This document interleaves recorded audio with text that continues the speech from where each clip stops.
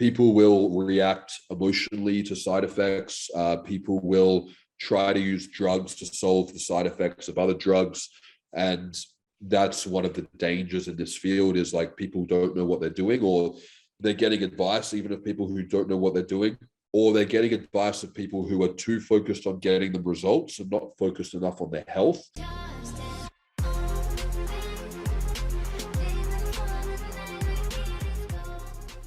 Sure. It's a very interesting question.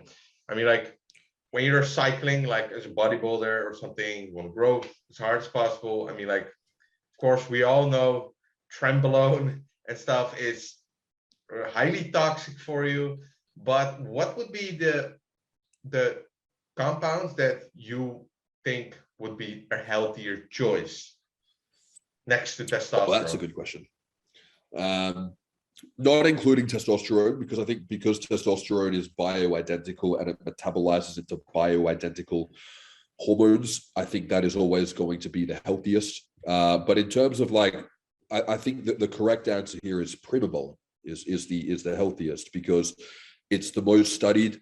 It's more estrogen neutral than masteron. It's not estrogen neutral, but it's not as estrogen antagonistic compared to masteron. But it's the best tolerated. It has the most studies on safety. It's been studied to be safe in women in high doses. And it produces the least amount of toxicity and side effects from what I've seen in my research. So I would say that the correct answer is nothing, of course. I mean, the correct answer is don't use steroids. But if you are going to use one, then I would say a conservative dose of primobolan would be the safest. And then if that's not accessible, which is not accessible to a lot of people, I'd probably say a low dose of masteron would probably be the best option. Proviron would be the safest again, but proviron's very weak in terms of, you'd have to take quite a bit. So proviron would probably come in second. But in terms of, for most people who are wanting to use it alongside testosterone for a cycle, one of those three. I had this guy on YouTube who sent me his entire cycle. He was like running a lot of tests, and I forgot what the other compound was, but it was a lot of tests, and he got like gyno problems, so he took an AI and his dick stopped working, and then he took proviron when he would go on a date, and that would work again or something. And that's the problem, is like people will react emotionally to side effects. People will try to use drugs to solve the side effects of other drugs. And that's one of the dangers in this field, is like people don't know what they're doing, or they're getting advice even of people who don't know what they're doing, or they're getting advice of people who are too focused on getting them results and not focused enough on their health. That's a big factor as well. So it's a scary territory for like a younger guy to be getting into, because like the way that I look at, steroid use is like, if someone's going to do it, they're going to do it, right? So like that's going to be their choice. They're going to do it anyway. So it's best to, supervise it and allow them to make the best decisions possible. But I'm really big on this, less is more approach, because it's like, okay, well, let's influence the biology as a foundation, but let's use that as a tool so that you can train and eat and rest really, really well, and use it as like a catalyst in that regard. Whereas I think a lot of guys will pump up the gear to try and get more gains, where they're not really kind of making as much strength progress. They're not actually making progress in discipline and applying, putting the work in. They're looking for a shortcut, and they don't get the results at all. And they just end up with a fuck ton of side effects and end up being really sick. Yeah, exactly. Interesting. And how would you avoid gynecomastia during a cycle or TRT? I would say start with the lowest dose. It's the whole gyno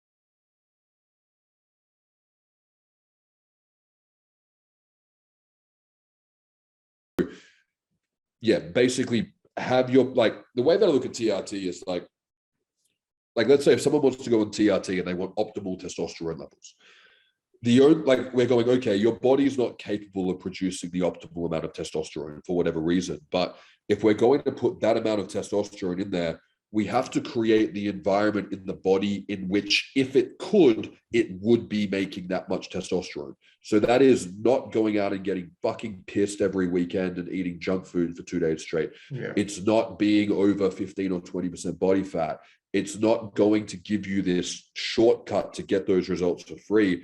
And I think when people understand that and go, okay, it's kind of like the great power, great responsibility thing, then they can go, okay, this is why I'm getting side effects. It's because I'm putting in optimal high-end testosterone, but I'm not a high-end optimal performance vessel, and I need to change that. And that will generally resolve any issues that can be resolved.